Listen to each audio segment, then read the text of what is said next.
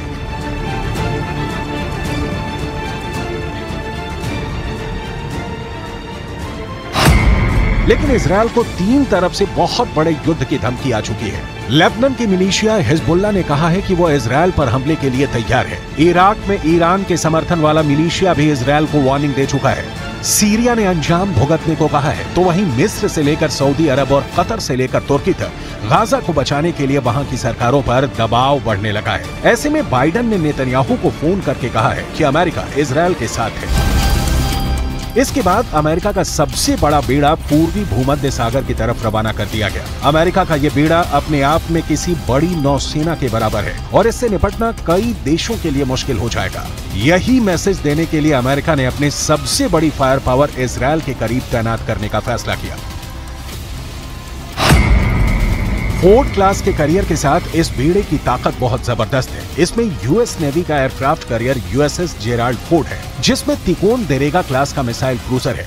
इसमें आर्लेक बर्ग क्लास के 4 missile destroyer हैं। ऐसे बेड़े के साथ रसद के लिए सप्लाई शिप भी रहते हैं। साथ में पानी के अंदर दुश्मन को रोकने के लिए एक परमाणु पनडुब्बी भी रहती है। कोई दुश्मन नहीं चाहेगा कि उसके सामने ऐसी चुनौती खड़ी हो जाए। यही भरोसा अमेरिका अब इजरायल को दिलाना चाहता है कि समंदर से ऑपरेशन चलाकर अमेरिका सीरिया पर भी बमबारी कर सकता है, लेबनान के बॉर्डर को भी सैनिटाइज कर सकता है।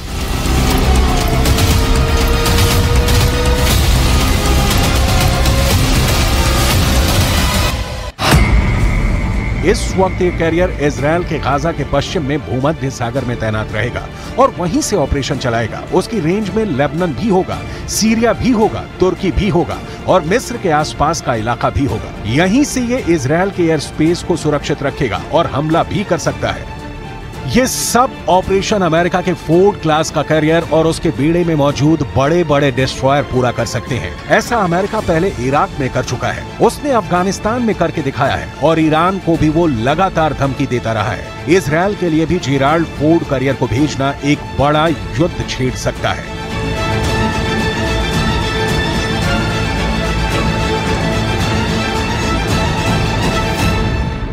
के सबसे बड़े एयरक्राफ्ट कैरियर की ये किसी और देश के पास नहीं बल्कि खुद अमेरिका के पास है, जिसकी वजह से जो अमेरिकी दुश्मन है वो लगातार थर्राते रहते हैं। अमेरिका का फोर्ड क्लास कैरियर दुनिया का सबसे बड़ा एयरक्राफ्ट कैरियर है और इसे CVN-78 भी कहते हैं और ये कैरियर 1 लाख टन का डिस्प्लेसमेंट पैदा करता है। भारत का एयरक्राफ्ट कैरियर INS विक्रांत इससे आधे से भी कम वजन का है। तो देखिए कितना वजन इसमें है। यहां पर 1 लाख टन का कम से कम ये है। यूएसएस जेराल्ड फोर्ड की बात हम यहां पर कर रहे हैं और ये एयरक्राफ्ट कैरियर न्यूक्लियर पावर से चलता है, यानी इसकी रेंज अनलिमिटेड है और ये दुनिया में कहीं भी पहुंच सकता है, यानी कोई भी कोना हो वहां पर इसको आराम से आसानी से पहुंचाया जा सकता है क्योंकि न्यूक्लियर पावर का ये इस्तेमाल करता है। और ये एयरक्राफ्ट कैरियर 56 किलोमीटर प्रति घंटे की रफ्तार से समंदर में चल सकता है। ये एक कैरियर की बहुत अच्छी रफ्तार कही जाएगी, बहुत बढ़िया रफ्तार मानी जाएगी, यानी कहीं पर भी ये 56 किलोमीटर प्रति घंटे की रफ्तार से आसानी से पहुंच सकता है। और इस कैरियर पर करीब 3000 नौसैनिक तैनात किए जा सकते हैं, यानी कि दुश्मनों के लिए भी ये एक बड़ा टारगेट बन सकता है। और इसकी अगर आगे की बात की जाए, जो टेक्नोलॉजी का इस्तेमाल इसमें किया जा रहा है, इस एयरक्राफ्ट कैरियर पर 90 विमान और हेलीकॉप्टर तैनात यहां पर किए जा सकते हैं, यानी कि जो सैनिक है उनको तो यहां पर तैनात किया ही जा सकता है। इसके अलावा 90 विमान और इसके अंदर हेलीकॉप्टर भी तैनात किए जा सकते हैं और इनमें 75 तो सिर्फ लड़ाकू विमान है। और अभी इस एयरक्राफ्ट कैरियर पर सुपर हॉर्नेट विमान तैनात है और इस पर से F-35 स्टेल्थ फाइटर भी ऑपरेट कर सकते हैं और उनको पूरी तरह तैनात करने की तैयारी की जा रही है। यानी आप समझ सकते हैं कि आखिर किस टेक्नोलॉजी से ये लैस है और कैसे सुपर हॉर्नेट और F-35 लड़ाकू विमान जो है वो भी इसके अंदर तैनात किए जा सकते हैं और साथ साथ इसकी रफ्तार भी कहीं ज्यादा है। अमेरिका ने इजराइल के आसपास यूरोप और बाकी ठिकानों के आसपास फाइटर जेट तैनाती बढ़ाने का फैसला किया है ताकि इजराइल पर कोई हवाई हमला न कर सके। इसके लिए अमेरिका ने पूरा जोर लगा दिया है और इजराइल के हवाई अड्डे पहले से ही एक्टिव है। अमेरिका के वायुसेना से इजराइल को अब एक नई ताकत मिलेगी। इसके लिए A-10 थंडरबोल्ट विमान भी है जो नीचे उड़ते हुए टैंकों के पूरे दस्तों को खत्म कर सकता है। इस विमान को फ्लाइंग टैंक भी कहते हैं, जिस पर छोटे हथियारों की गोलीबारी का फर्क नहीं पड़ता। इसके अलावा अमेरिका के F-15 से लेकर F-16 लड़ाकू विमान भी हैं। लेकिन असली ताकत जो अमेरिका ने इजरायल को बचाने के लिए उतारी है वो है F-35 फाइटर जेट। ये वो फाइटर जेट है जो इजरायल के पास भी है, लेकिन अभी उनकी तादाद सिर्फ 40 है। लिहाजा मल्टी फ्रंट के लिए इजरायल की वायुसेना को ऐसे बहुत से विमानों की जरूरत पड़ सकती है, जिसकी भरपाई अमेरिका की मदद से पूरी होगी। F-35 का करीब रहना इजरायल के दुश्मनों को दूर रखने में मदद जरूर करेगा।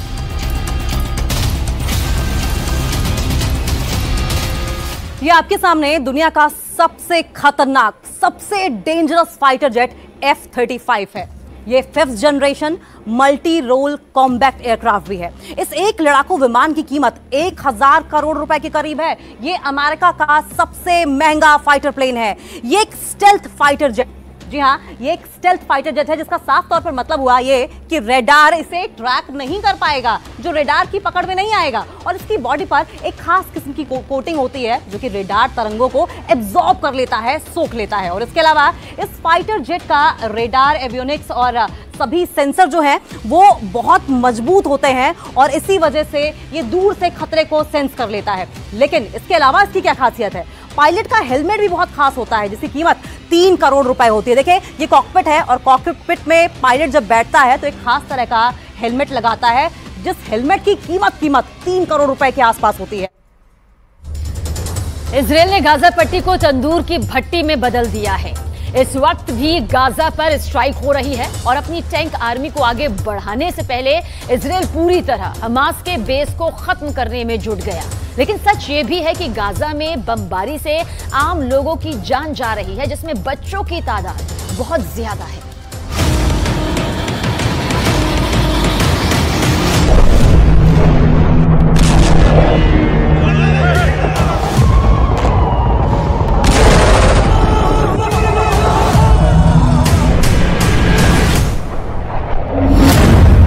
गाजा पट्टी को इजरायल ने आग की भट्टी बना दिया है।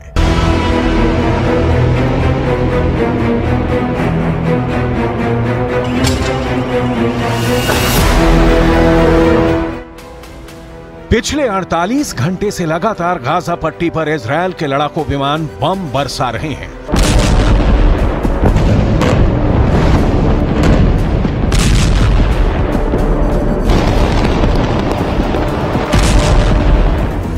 गाजा पट्टी के अंदर से लगातार धुआं और आग उठती देखी जा रही है। एक तरफ इजरायल ने अपने मरकावा टैंकों को गाजा की तरफ रवाना कर दिया है और दूसरी तरफ द टाइम्स ऑफ इजरायल अखबार के मुताबिक गाजा पट्टी पर इजरायल के लड़ाकू विमानों ने 800 ठिकानों पर बमबार्डिंग की है।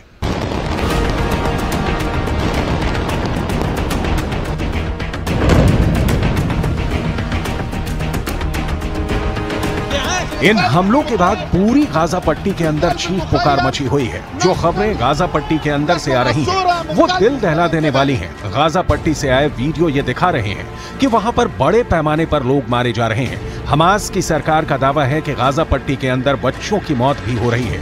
इस पूरे इलाके में जनाजे पर जनाजे निकल रहे हैं। लोगों के पास वक्त ही नहीं है सोचने का कि वो आखिर करें तो क्या करें, क्योंकि एक धमाका होता है, इमारत गिरती है और फिर भगदड़ के साथ ही रेस्क्यू ऑपरेशन शुरू हो जाता है और फिर जनाजे उठने लगते हैं। पूरे गाजा के अंदर इस वक्त यही मंजर नजर आ रहा है।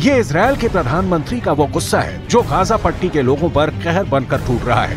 गाजा पट्टी में लगभग 20 लाख लोग रहते हैं, लेकिन इजरायल पर हमास का हमला इतना क्रूर और भयंकर था कि इजरायल के अंदर गुस्से की लहर दौड़ गई।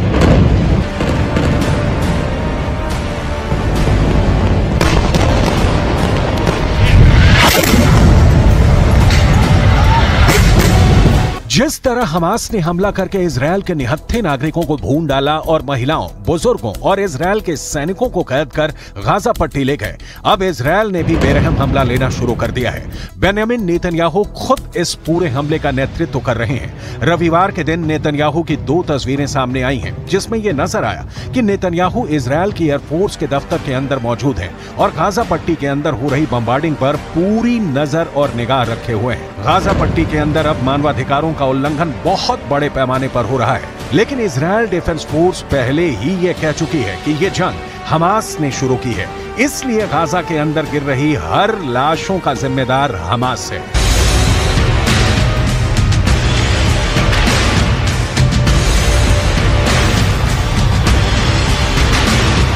इजरायल के प्रधानमंत्री बेंजामिन नेतन्याहू राष्ट्र के नाम संबोधन के वक्त पहले ही ये कह चुके थे कि अब गाजा पट्टी के लोग कहीं और चले जाएं, क्योंकि वो हमास के आखिरी आतंकी को तलाश करेंगे, इसके लिए चाहे जो भी करना पड़े।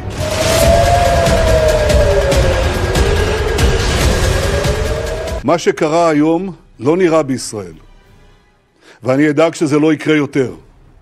הממשלה כולה מתייצבת מאחורי ההחלטה הזאת. צה"ל יפעיל מיד את כל עוצמתו כדי להשמיד את יכולות חמאס. נכה בהם עד חורמה וננקום בעוצמה על היום השחור הזה שהם עוללו למדינת ישראל ולאזרחיה. लेकिन जहां पर 20 लाख की घनी आबादी हो और जो जगह पूरी तरह से नाकाबंदी में घिरी हो, जहां से बाहर निकलने के भी सिर्फ 2 दरवाजे हों और वो भी टोल गेट जैसे, ऐसे दुनिया के बड़े कैदखाने से निकलकर भाग पाना कोई हंसी खेल नहीं है। दुनिया गाजा पट्टी को एक खुली हवा वाला कैद खाना कहती है। गाजा पट्टी सिनाई प्रायद्वीप के उत्तर पूर्व में भूमध्य सागर के साथ 363 वर्ग किलोमीटर में फैला हुआ क्षेत्र है।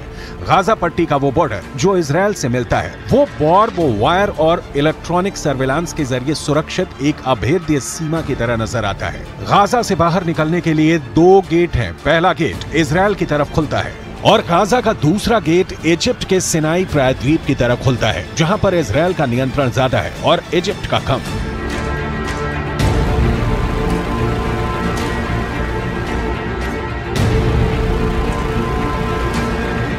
मैं इस वक्त इजरायल में मौजूद हूं और इजरायल की आर्थिक राजधानी तेल अवीव से गाजा पट्टी 90 किलोमीटर की दूरी पर है। गाजा पट्टी से ही हमास की तरफ से इजरायल पर रॉकेट्स और मिसाइल दागे गए। गाजा पट्टी दुनिया के सबसे घनी इंसानी आबादी वाले इलाकों में से एक है, जहां सिर्फ 1 किलोमीटर के दायरे में 5,500 लोग रहते हैं। यहाँ पर बिजली, पानी और खाने पीने के सामान की सप्लाई इन्हीं गेट से होती है। लेकिन अब इजरायल की leading news website the times of Israel ने यह कहा है कि इजरायल के ऊर्जा मंत्री ने आदेश दिया है कि गाजा के अंदर पानी, बिजली, ईंधन और खाने पीने की सप्लाई को काट दिया जाए।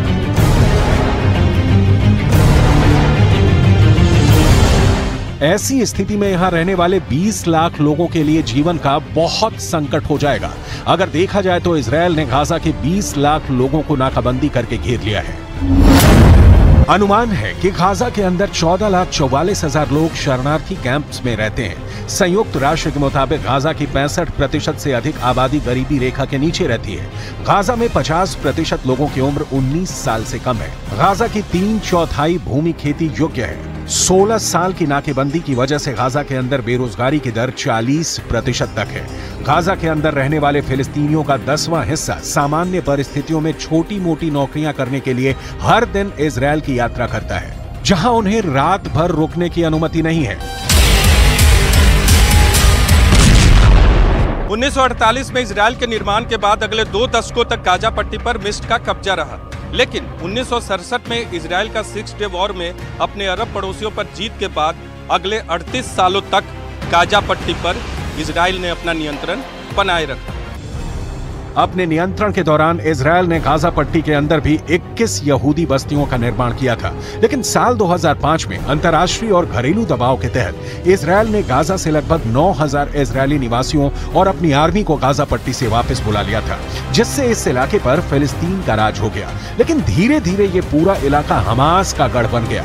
हमास ने अब इजरायल पर बहुत क्रूर हमला किया है, जिसके बाद यहाँ इजरायल के हमलों में बड़ी संख्या में फिलिस्तीनी भी मारे जा रहे हैं।